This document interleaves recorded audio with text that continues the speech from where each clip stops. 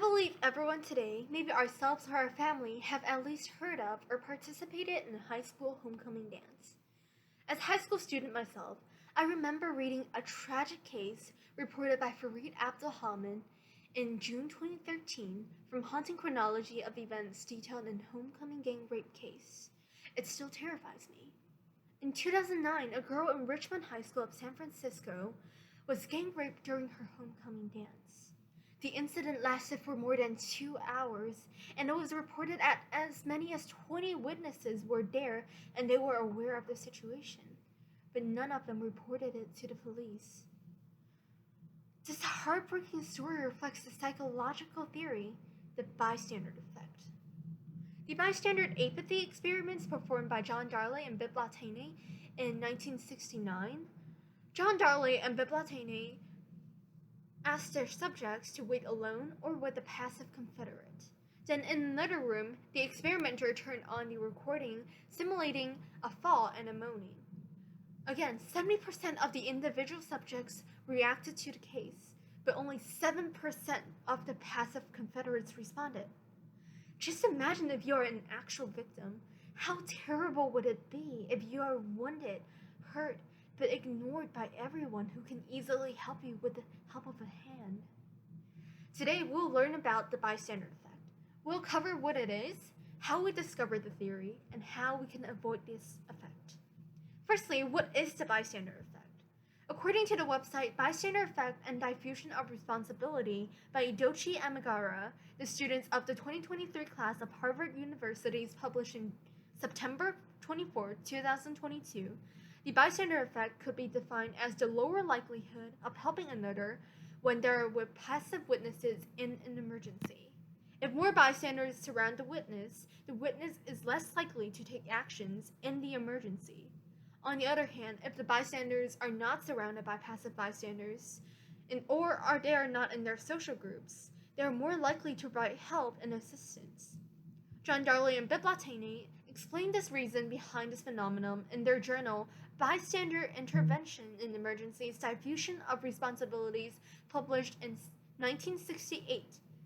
The diffusion of responsibilities can be defined essentially as the idea of waiting for someone else to take action rather than themselves.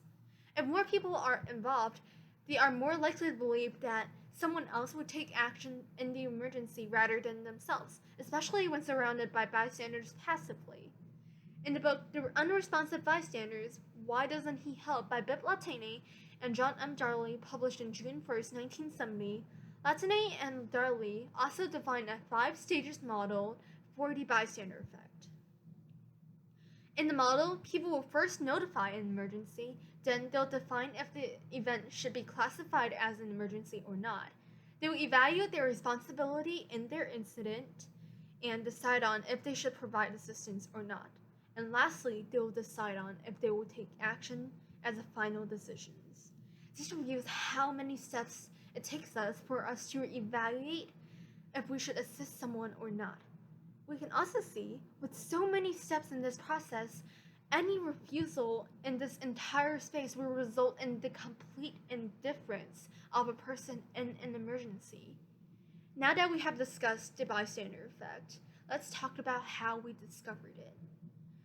The first proposal of the bystander effect recites from this dreadful tragedy in 1964. According to Diana Sigilia, the editor of the website The Bystander Apathy Experiments at Penn State University, wrote in 2016, in 1964, a young woman named Kitty Genovese was assaulted sexually and murdered in front of her home. Throughout the tragedy, Kitty screamed for help, and a total of 38 witnesses were aware of the problem. Only one neighbor responded by shouting at the criminal, and no one else took any more actions. Although the neighbors called the police after the criminal left, it was already too late to help the poor Kitty Genovese. Bibb Latané and John M. Darley stated in their Unresponsive Bystander, Why Doesn't He Help in the 1970s, the rigorous report of Kitty Genovese's case drives them to observe the reason behind the social pattern. They performed multiple experiments to record the differences between individual subjects accompanied by close friends, and subjects accompanied by passive bystanders. Out of all these statistics, subjects surrounded by unknown accompanies took significantly less actions than the other two test groups. Now that we have discussed how we discovered the bystander effect, let's talk about how we can avoid it. We can know how to avoid the bystander effect by looking at its cause. In the Fort John M. Darley and Bibb Latany's bystander apathy experiments in 1969, bystanders experimenters are observed in their reaction if they are witnessing an emergency, knowing that others cannot hear or see them. 95% of the participants responded within 3 minutes of time.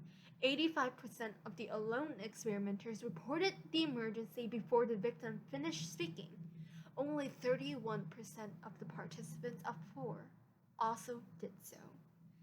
Sex and background do not have any changes in the final result. It is apparent that the cause of bystander effect relates to the participants and the diffusion of responsibilities.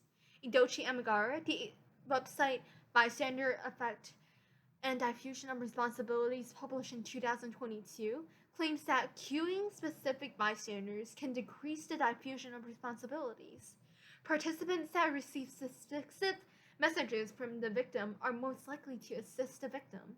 It is believed that connecting the bystander's reputation through verbal cues can increase the likelihood for the bystander to be helping. Today we have learned about the bystander effect. We have talked about what it is, how we discovered it, and how we can avoid it. Astonishingly, only 7% of the passive Confederates reacted to the simulated emergency in the bystander apathy experiments. And in the case of Richmond High School, the bystanders took no actions, even having 2 hours. This is a result of the bystander effect in actions. Now that you have learned and know more about the psychological effect of the bystander's effect, I hope you can adapt this knowledge into your daily life, and when you are the victim or the bystander effect, you can provide assistance and help and better improve our surroundings. Thank you.